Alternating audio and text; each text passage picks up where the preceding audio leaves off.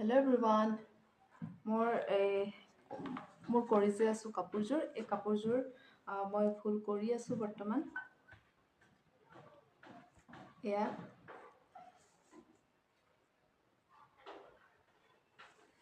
কাপোৰটো ইমানেই পিছল হয় নহয় তাৰমানে ফুল কৰিবলৈ বিৰাট প্ৰব্লেম হয় মই আজি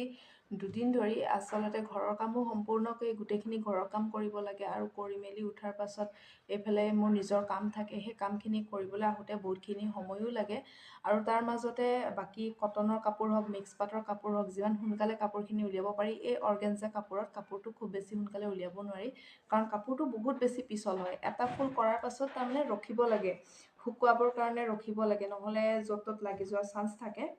আৰু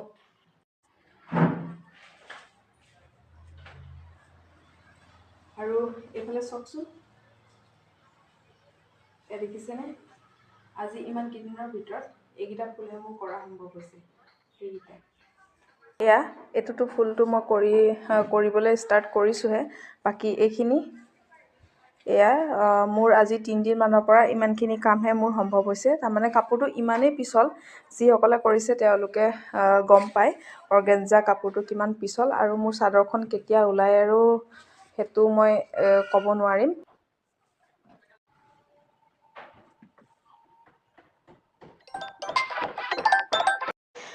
এইটো মোৰ ফুল কৰা হৈ গৈছে বৰ্তমান এইটো একদম পুৰা কাচ্চা হৈ আছে দেখিছেনে তাৰমানে এতিয়া ৰিচেণ্টলি এইবিলাক কৰিছোঁ সেইটো কাৰণে এইটো এনেকৈ ছাইড কৰি থৈ দিব লগাত পৰিছে যিহেতু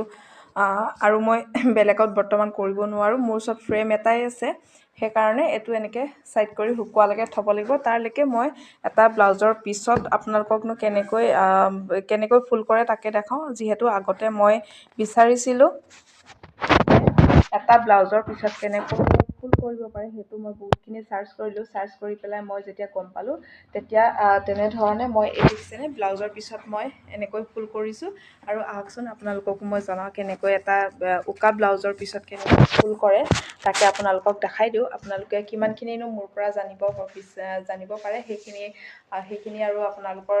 মই বুজাব পৰাৰ ওপৰত কথা এইটো হৈছে এটা ব্লাউজৰ পিচ এইটো ব্লাউজৰ পিচ এনেকৈ জাপি ল'ব আৰু এইটো মূৰে সেইটো মূৰে এনেকৈ ধৰি পেলাই এইটো ব্লাউজৰ পিচটোত আৰু এটা ভাগ দিব এনেকৈ আৰু এটা ভাগ দিব আৰু এতিয়া ইয়াৰ মিডল পইণ্টত আমি ফুলটো আঁকিব লাগিব এইটোৰ মিডল পইণ্টত আমি ফুলটো আঁকিব লাগিব যদি আপোনালোকৰ